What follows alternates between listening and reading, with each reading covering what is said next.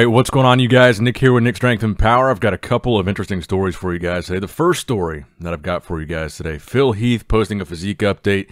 He says, still wondering if I should get them to 23 inches shredded or not, posting a picture of his biceps there, showing off that he's still got it. He's 40 now. He's over a year removed from the last time we saw him on stage. And I saw a lot of people commenting this post, and then his other post, he posted on his story that he was weighing in at 250. He says, it's all about progress. Thank you for following my journey. It only gets better from here, folks. And I've seen a lot of people commenting about him downsizing, both positive and negative. And I'm hoping maybe he is downsizing because, honestly, my perspective has been changed a little bit here. Like I said, he's in his 40s. He's already achieved the highest status you can achieve in professional bodybuilding 7 times over. He'll probably go down arguably as one of the greatest physiques of all time, one of the best Mr. Olympia champions of all time. And I'm sure a lot of people probably still want to see him compete again. But personally, you know, after what we've been seeing lately in bodybuilding and what we saw happen to Shawn Rhoden, I like the idea of Phil downsizing. Now, I was a bit confused about trying to get to 23-inch arms again, but the 250 pounds, I believe, is a little bit on the leaner side for Phil, for an off-season Phil. And he hasn't really said for sure that that is his intention to actually downsize. But honestly, if he is, I say power to him. I say that we should support that decision if he is. And it should be something like we see, you know, Kai Green is in his late 40s, and he's still holding on to like 300 pounds of size. Kai Green is walking around a 300-pound bodybuilder in his late 40s, and he hasn't competed in years. Realistically, if Phil's not going to compete again, if Kai's not going to compete again, if some of these guys that we haven't seen compete in a while are really not going to compete again, we shouldn't really hold them to this standard of, you know, they need to be walking around looking like a Mr. Olympia, looking like a pro bodybuilder in their 40s. I mean, you know, there is this ego element of professional bodybuilding and the fitness industry in general, and I think we should be more supportive when these guys do decide it's time to downsize, and we shouldn't say, hey, you need to look like you used to look 5 years ago, even though you're not competing anymore.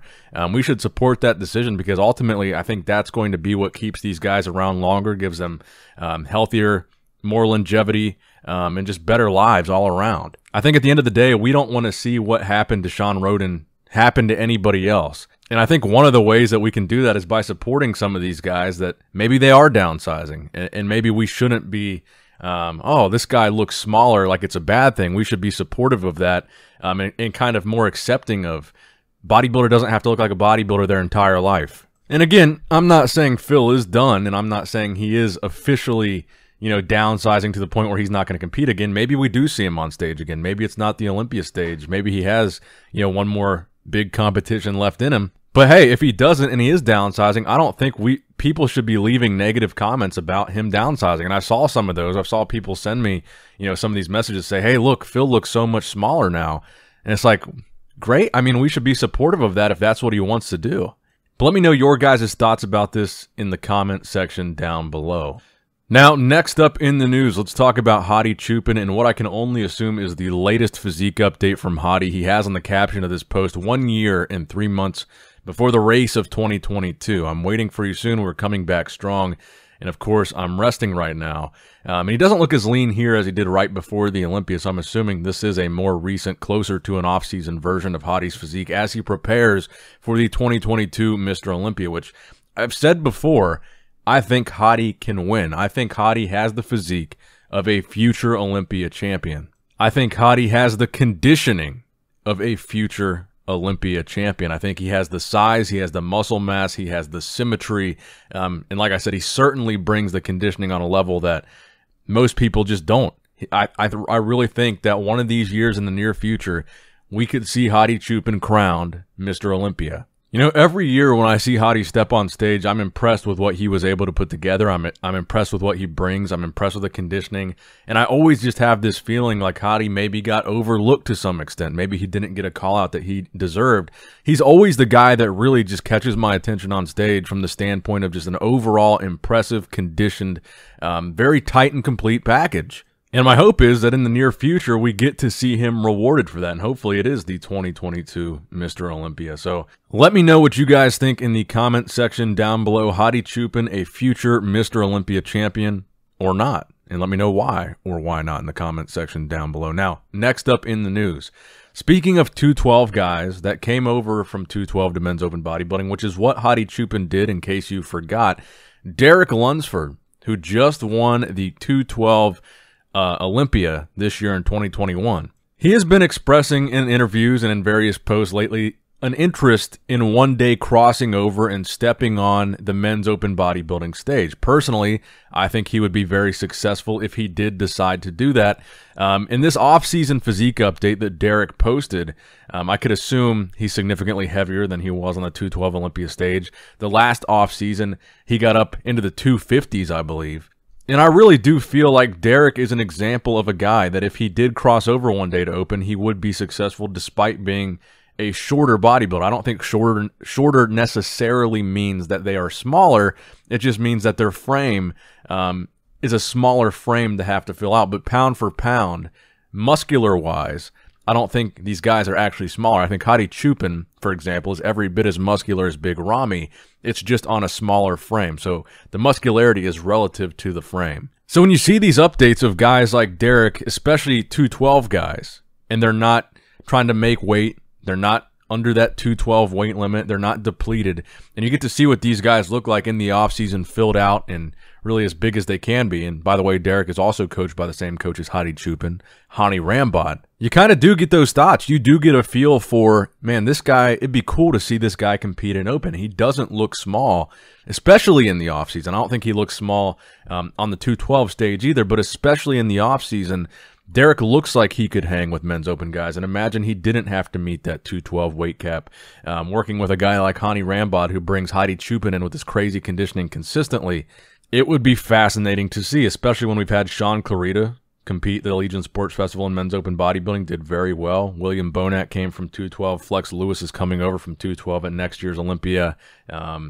I think these crossovers are extremely exciting, and I love to see the potential of these 212 guys, especially the highest level of 212 guys. And keep in mind, you know, Shawn and Derek, Shawn Clarida, these are both Olympia winners in that division. Hadi Choopan never even won the 212 Olympia, and he came over and is dominating men's open. It'd be fascinating to see what guys that are winning the 212 Olympia could do in open. And I've enjoyed watching what Shawn Clarida has done so far, and I look forward to the decision that he's ultimately going to have to make between 212 and open for the Olympia next year, because he's qualified for both. And I believe now it's been decided that he can't do both. He has to pick one. But as always, let me know what you guys think in the comment section below. Now, the final story that I have for you guys today.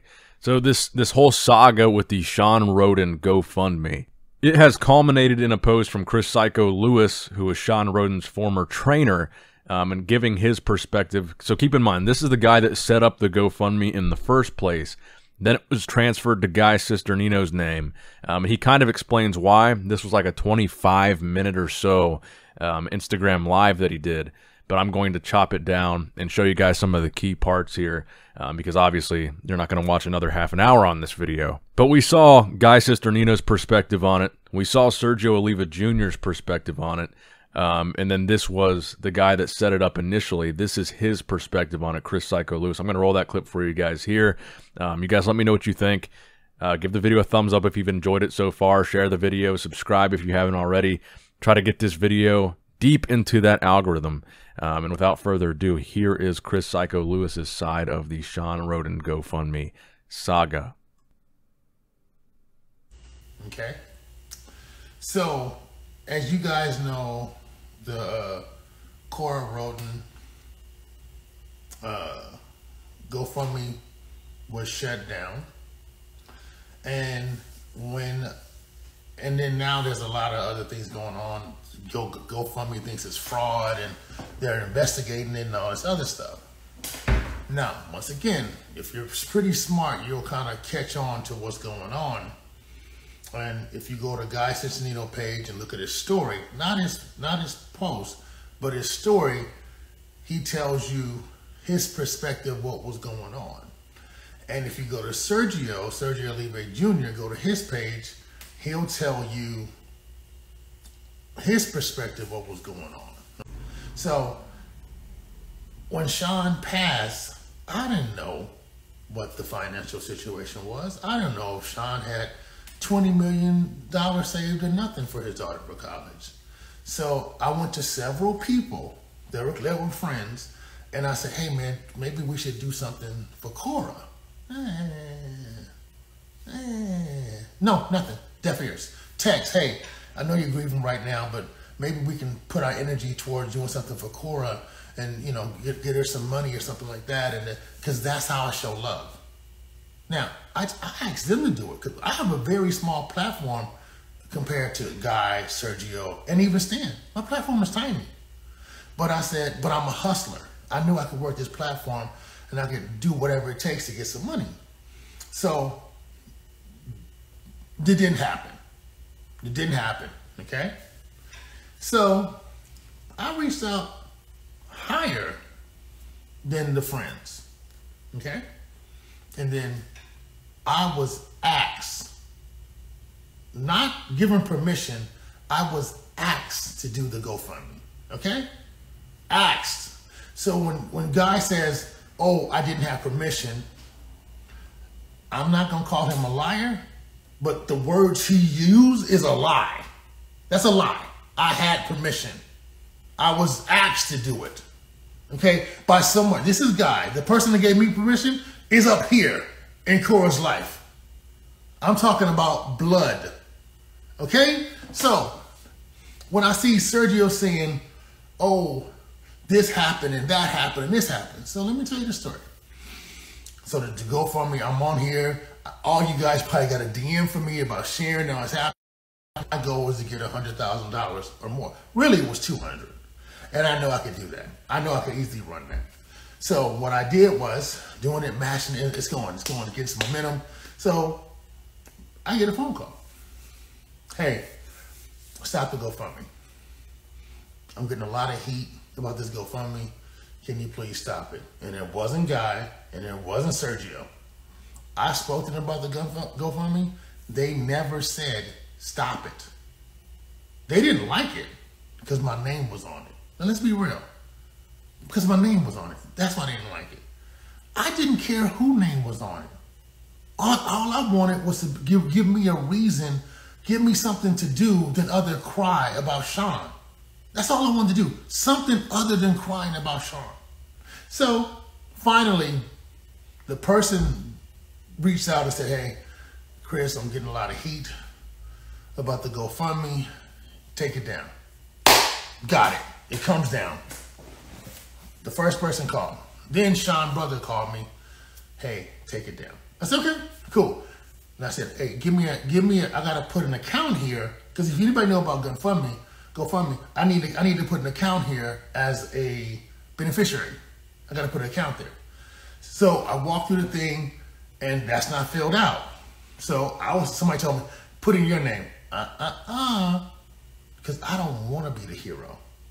I don't want to be the hero. And then when I did it, I had, if you know about GoFundMe, I had to put my name on it. I could not put your name on it or her name. I had to put my name on it because I started it.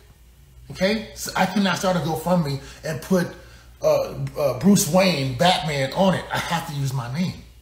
So that's why my name was on it. I don't care who knows what I gave or did not give. Next thing, that $13,000 that was given was 95% either my friends, ex-clients, or clients. Only a few other people that were not my clients gave. Now that's the truth. Those were my clients that gave that money. So what happened was, I gave the login to Guy. And Guy, if you go to his story, so I'm not throwing him under the bus, he said, I'm gonna pull the money out, and then when I go to the funeral, I'm gonna present Cora and Michelle with a check because I'm the godfather. I said, I don't care, long as they get it. My only regret that it's not more money, okay? I got a text from the grandmother, I got a text from the mom, thanking me for everything that I did, blah, blah, blah, blah, blah. But then, on the internet, I didn't have permission. That I just went on rogue and did this on my own. That's a lie. I wouldn't do that. I would not do that. I would not just open an account. I wouldn't do that. Nor did I want to do it. I wanted to promote it. I wanted to push it.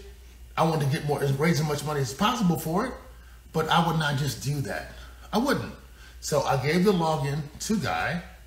Guy put his name on it, and then pulled the money out into his account.